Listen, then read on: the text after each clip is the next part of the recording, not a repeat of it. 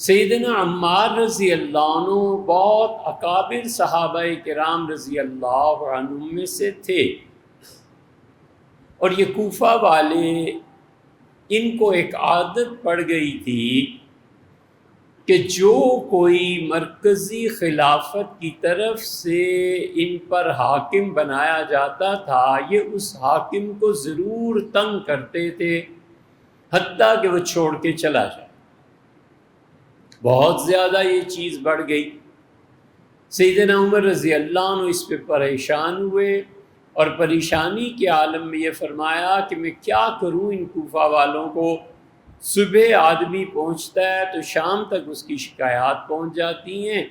اور شام کو پہنچتا ہے تو صبح تک اس کی شکایات میرے پاس آنے لگتی ہیں، میں کیا کروں، ان کو کوئی حاکم نہیں بھاتا۔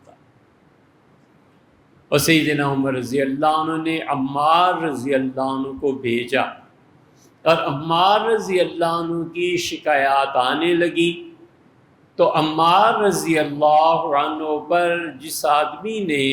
ان کی چغلیاں کھائیں، حضرت عمر رضی اللہ عنہ کے پاس آ کے سیدنا عمر رضی اللہ عنہ نے عمار کو بلا لیا اور فرمایا کہ تمہارے خلاف کی یہ باتیں پہنچیں۔ انہوں نے کہا امیر المومنین کون ایسے کہتا ہے؟ فرمایا یہ بیٹھا ہے، یہ تمہارے خلاف مجھے یہ رپورٹ دے رہا ہے۔ تو انہوں نے کہا میں کچھ نہیں کہتا، صرف یہ کہتا ہوں کہ اس انسان نے اگر سچ بولا ہے تو امیر المومنین میرے سامنے آ جائے گا، یعنی اللہ کے، اور اگر یہ جھوٹا ہے تو میں کہتا ہوں کہ اللہ اس کی اولاد کو زیادہ کر دے، وطال عمر،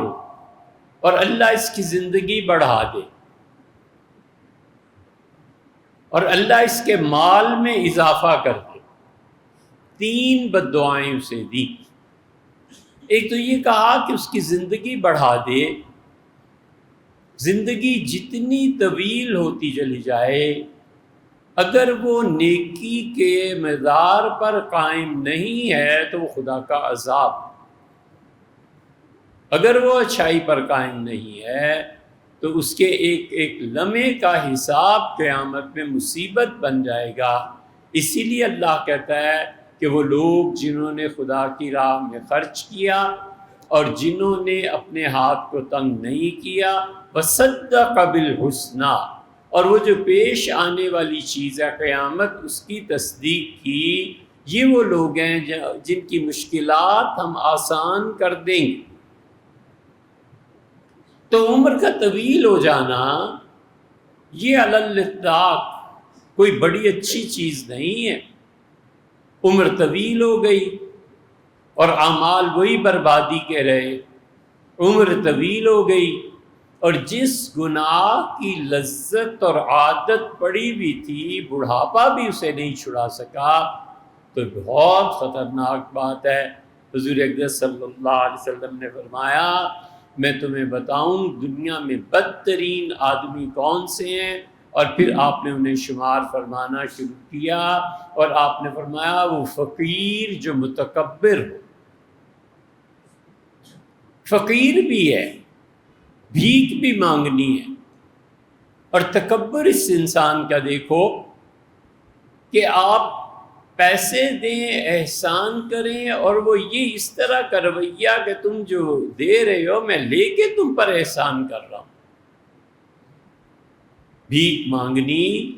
اور پھر لعنت بھی برسانی، یہ ہیں فقیر جو متکبر ہے۔ گھر چل نہیں رہا، ملک نہیں چل رہا، بھیک مانگنے گئے، اگلوں نے کہا لو یار اتنے پیسے، اور اپنے وطن آئے، اور جب پہنچے تو رعایا جس سے وہ مانگ کے کھلا رہے تھے، جس ملک نے ان کو بھیک دی کہ اپنی رعایا کو کچھ دے دو ہماری طرف سے، اچھا یہ قرض ہے پھر تم لوٹا دو گے، اور رعایا کا حال یہ ہے کہ لعنتیں بھیجتی ہے، یہ متکبر فقیر نہیں ہے تو اور کیا۔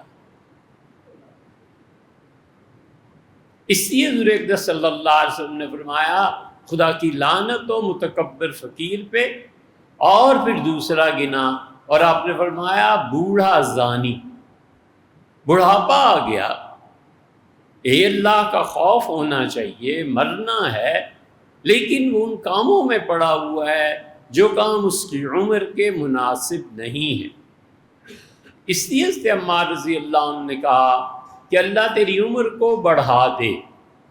مطلب یہ کہ یہ جو حرکت تم کر رہے ہو نا، جو لگائی بجھائی کی عادت پڑی ہوئی ہے، یہ جو جھوٹ بکنے کی عادت پڑی ہوئی ہے، لمبی عمر ہو جائے تم پھر بھی یہی حرکتیں کرتے رہنا، باز نہ آنا اس سے۔ اور دوسری چیز انہوں نے کہا خدا تمہاری اولاد بڑھا دے۔ اسی شریعت کا مجموعی مزاج یہی ہے کہ اولاد اتنی جتنے کو پال سکے اور تربیت کر سکے، بس اس مغالطے سے اور دھوکے سے بہت جلد باہر آ جانا چاہیے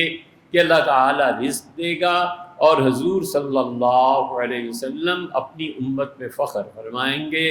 نبی کریم صلی اللہ علیہ وسلم میر جعفر پہ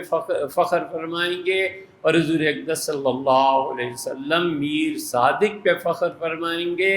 اور نبی کریم صلی اللہ علیہ وسلم اس ملک کے ساتھ جنہوں نے غداری کی اس پہ فخر فرمائیں گے، مجیب پہ فخر فرمائیں گے۔ ایک تو یہ حال ہے، اور ایک یہ کہ بچے ہیں جن کے لیے نہ کپڑے کا بندوبست، نہ کھانے کا بندوبست، نہ انہیں اعلیٰ تعلیم دی جا سکتی ہے۔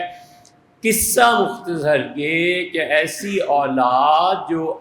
اچھا شہری کہلائے اتنی تک تو میسر نہیں، اسباب اور پہ اور پہ۔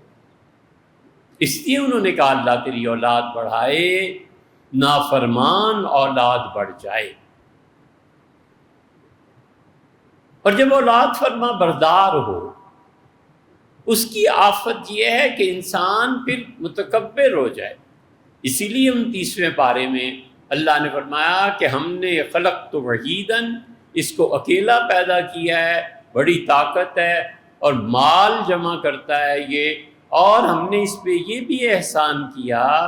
کہ اس کی اولاد ساری کی ساری اس کے پاس جمع ہو گئی، بڈھا ہو گیا، 9 بیٹے بیک وقت گھر پہ موجود رہتے تھے، لمبی تجارتیں تھیں۔ اللہ نے کہا اور اس کبر کی بنیاد پہ آپ کی مخالفت کرتا ہے، ہم اوندے منہ جہنم میں جھونک دیں گے، پھر پتہ چلے گا کہ تکبر کہاں لے گا۔ اس لیے اولاد کی کثرت جبکہ اسباب اور وسائل بھی نہ ہوں، اللہ نے اس ساری دنیا کو اسباب کے ساتھ مربوط کیا ہے۔ اللہ نے اسباب رکھے، وہ بچے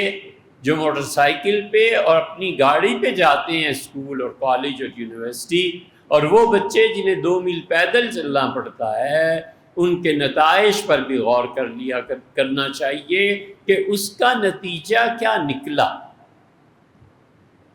جب تک اس بچے کو کسی بڑی طاقت، بڑے ادارے نے نہیں پالا، باپ کے بس کی بات نہیں تھی کہ اسے اتنے بڑے عہدے تک پہنچاتا، کسی اور نے پال لیا، کہیں باہر سے پیسہ آ گیا، کچھ ہو گیا، وہ ایک الگ چیز ہے۔ اسی لیے عمار رضی اللہ عنہ نے فرمایا کہ اللہ تیری اولاد زیادہ کر دے، یعنی نہ اوڑھنے کو میسر نہ پہننے کو میسر، باپ ساری عمر اسی غم میں گزار دے تاکہ وہ شعور ہی بیدار نہ ہو جس شعور کی وجہ سے لوگ باہر نکلتے ہیں، جس شعور کی وجہ سے لوگ حکومتوں کو روکتے اور ٹوکتے ہیں۔ وہ کہتا ہے بابا میرے تو اپنا گھر پورا نہیں ہو رہا، میں کسی جگہ پہ ایسے شرکت نہیں کر سکتا، اس لیے کہ میری اپنی اولاد سب سے پہلے مجھے عزیز ہے۔ پھر انہوں نے فرمایا اللہ تیرا مال بھی زیادہ کر دے۔ مال جب آ جاتا ہے تو اس کے نتائج نکلتے ہیں۔ ہم ہمیشہ یہ بات عرض کرتے ہیں اب دوستوں کی خدمت میں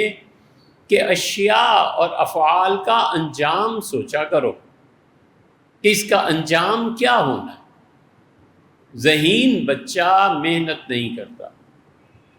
بچہ ذہین ہو، آخری 2-3 مہینے پڑھ لے تو اس کا احسان ہے، اور پھر وہ اس کو حل بھی کر لیتا ہے اور یہ جا وہ جا۔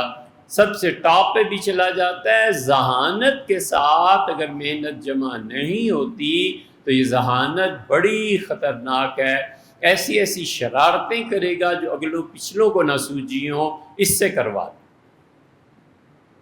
اسی طرح جو بہت خوبصورت لگتے ہیں اور انسان کی نظر کو بھاتے ہیں، انہیں انجام سوچ کے رکھنا چاہیے کہ یہ محبت بربادی اور تباہی کے گھاٹ اتارے گی، اس لیے کہ حسن کے ساتھ وفا جمع ہو جائے تو کائنات میں انقلاب نہ آ جائے۔ خوبصورتی ہے، حسن ہے، تم نہیں اور سے، اور نہیں اور سے، تم کس کھاتے میں ہو، تم کس گلی میں، یہ انجام نکلا ہی کرتے۔ اسی طرح پیسہ آ جائے اور پیسے کے زہر سے اپنے آپ کو محفوظ نہ رکھ سکے، یہ پیسہ عذاب ہے خدا کا، اللہ سے پناہ مانگنی چاہیے۔ جب بھی پیسہ آتا ہے طبعی طور پہ حضور اقدس صلی اللہ علیہ وسلم نے جو حل اس کا بتایا وہ بھی عرض کرتے ہیں، طبعاً رشتہ داری ٹوٹ جاتی ہے۔ جو آتا ہے